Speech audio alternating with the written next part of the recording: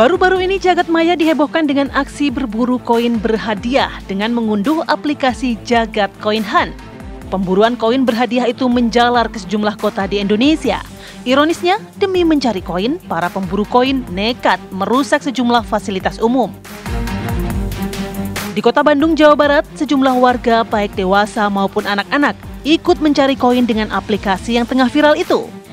Namun sayangnya, pencarian koin jagat tersebut mengakibatkan fasilitas umum di Kota Bandung rusak akibat pencarian koin yang menyasar semua sudut. Seperti di Taman Tegalega Kota Bandung, rumput sintetis dan paving blok tanaman rusak usai ramai pencarian koin. Pemerintah Kota Bandung meminta pencarian koin itu dihentikan karena diduga tidak ada izin dari pihak aplikasi. Di Kota Surabaya, pencarian koin jagat terjadi di kawasan Tugu Pahlawan, Surabaya. Orang dewasa hingga anak-anak ramai-ramai mengais koin jagat dari lokasi ke lokasi yang lain. Mereka bahkan tidak segan-segan untuk merogoh ke dalam taman. Pihak Dinas Infokom Kota Surabaya akhirnya membubarkan aktivitas pencarian koin di taman atau fasilitas umum karena aksi mereka bisa merusak taman di Kota Surabaya. Sementara di Jakarta, salah satu lokasi pencarian koin jagat terjadi di kawasan Stadion Utama Gelora Bung Karno. Kerusakan sejumlah tanaman hingga paving blok pecah tak terelakkan saat pemburu koin jagat mulai beraksi. Pihak pengelola Komplek Gelora Bung Karno menyayangkan pihak pemilik aplikasi tak meminta izin saat menempatkan koin-koinnya di kawasan GBK. Pihaknya meminta agar pemilik aplikasi segera membersihkan sisa-sisa koin yang tersebar dan bertanggung jawab terhadap sejumlah kerusakan yang disebabkan aksi pemburu koin. Hingga saat ini, aplikasi Jagat Koin Hunt telah diunduh lebih dari 10 juta akun dan terus bertambah. Iming-iming hadiah mulai dari 100.000 hingga 100 juta rupiah membuat orang ramai-ramai tergiur berburu koin. Ironisnya, aksi berburu koin menjadi meresahkan karena kerap merusak sejumlah fasilitas umum. Tim TV One mengabarkan.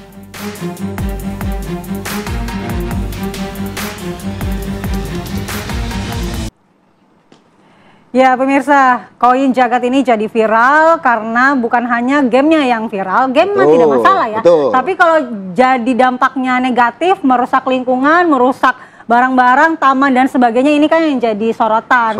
Tapi kalau Andi Kumala kayaknya nggak bakal, karena dia nggak nyari koin, pakainya QRIS kayaknya, lebih gede gitu. Belanja.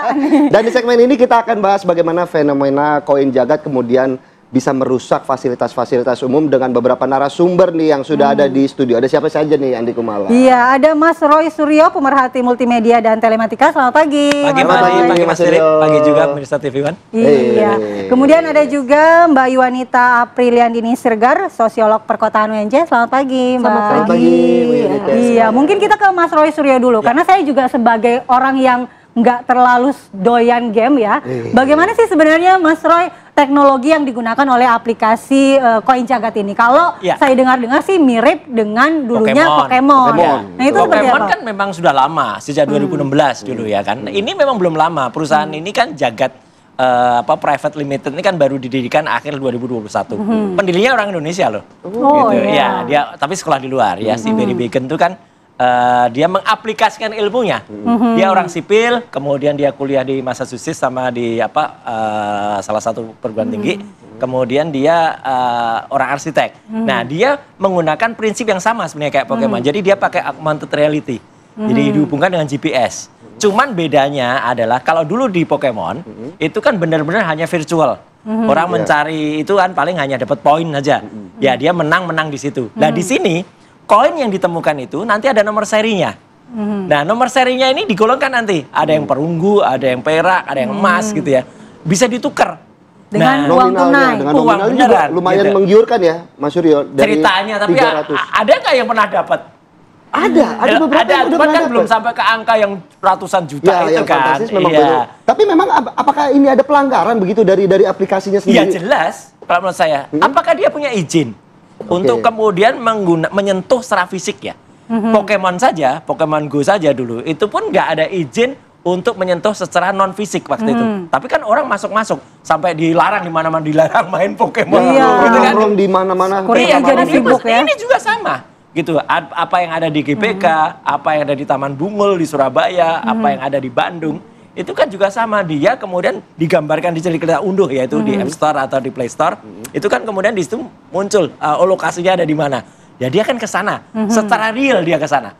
Kemudian di situ digambarkan nanti ada pot tadi, ada ada konblok yang dibuka, ada paving. Nah dia kemudian nyentuh beneran kan, geser-geser gitu. Terus ada tadi rumput yang diangkat. Ini kan keterlaluan. Jadi menurut saya pemerintah dalam ini pusat ya, kita nggak bisa ngandelin pemerintah daerah. Kan pemerintah daerah kan bingung ini, mikirnya jangan-jangan sama pusat udah kasih izin.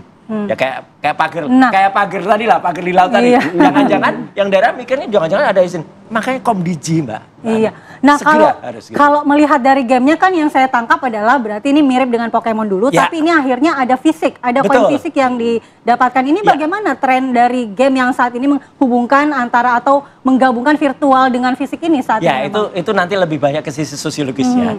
Cuman menurut saya inilah kecanggihan teknologi yang dimanfaatkan untuk kemudaratan atau bahkan bisa kejahatan. Karena kan kenapa saya bilang kejahatan? Saya nulis kemarin panjang itu karena orang kan nanti mau nggak mau masukkan data pribadinya. Nanti pasti ada fasilitas sharing your identity, private identity. Nanti terus nanti masuk ke privacy tadi.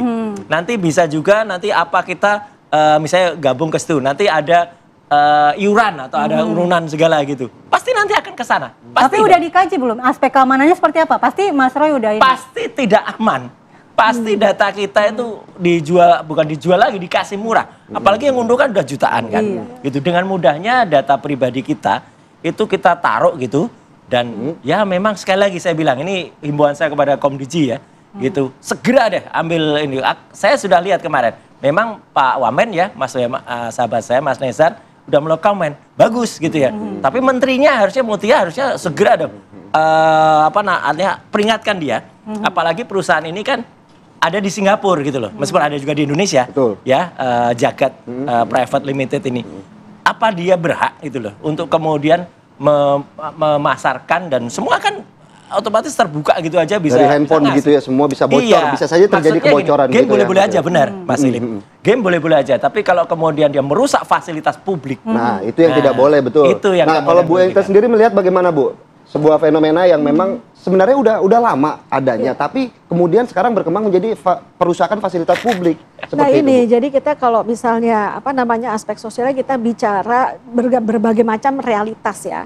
Nah kalau di kajian sosiologi itu ada yang disebut realitas yang dibentuk atau dibuat, tapi dalam proses pembuatannya dia tidak terlepas dari realitas ya sebenarnya. Jadi misalnya realitasnya dia perempuan biasa aja, kemudian jadi cantik banget dengan filter, jadi kan hyper reality gitu ya. Dengan beauty plus. Nah itu permainan ini kan awalnya kan memang memberikan lokasi ya, hanya lokasi. Tapi kalau misalnya di aplikasinya gitu ya, tadi saya udah ngobrol juga sama Pak Roy, ada koin-koin yang tersembunyi gitu. Di realitas sebenarnya koin-koin tersembunyi itu tidak ada, baik di GBK, di taman yang di Surabaya, ataupun di Bandung. Tapi di aplikasinya kan ada. Tapi tamannya yes memang ada di realitas. Jadi berlebihnya itu adalah koinnya, itu satu gitu ya. Jadi memang pembentukan realitasnya itu ya yang memang yang ditekankan oleh game ini gitu. Dan ini sebenarnya juga bukan fenomena yang baru ya. Tadi saya bilang memfilter bagaimana kita menjadi lebih cantik, tampan ya untuk untuk strategi self branding itu juga udah banyak gitu atau pencitraan. Tapi ini digunakan dalam game itu satu. Nah kedua memang ya kita tidak bisa juga mengelakkan bahwa saat ini kan interaksi itu juga banyakan kan memang melalui daring ya atau online gitu. Jadi termasuk di dalamnya kan game online dilarang ya memang ini penggantinya gitu. Tapi ternyata destruktif juga ya. Bahkan destruktifnya ke dunia fisiknya gitu loh. Berarti ada sedikit positifnya dong ya. Membuat orang bergerak gitu ya. Olahraga. Daripada tadinya diam aja ya pegang ponsel atau aplikasi ya. Ya, tapi memang saya setuju harus ada aturan karena ruang publik itu ya itu kan milik bersama ya gitu. Jadi tidak boleh merusak, mengotori dan apalagi GBK itu ring 1 ya kalau dalam tata kota itu ya dijaga ketat kok bisa-bisanya tadi ada dibongkar ya ininya. Tapi memang koin itu sebenarnya kan secara realitas sebenarnya tidak ada, tapi kalau di aplikasi itu ada. Itu masalahnya. Nanti kita akan melanjutkan lagi pembahasan terkait ini. Kita jeda terlebih dahulu, nanti kita tanyakan ke Mbak Yoneta juga apakah hanya dampak negatifnya aja nih dari game ini? Saat lagi pemirsa.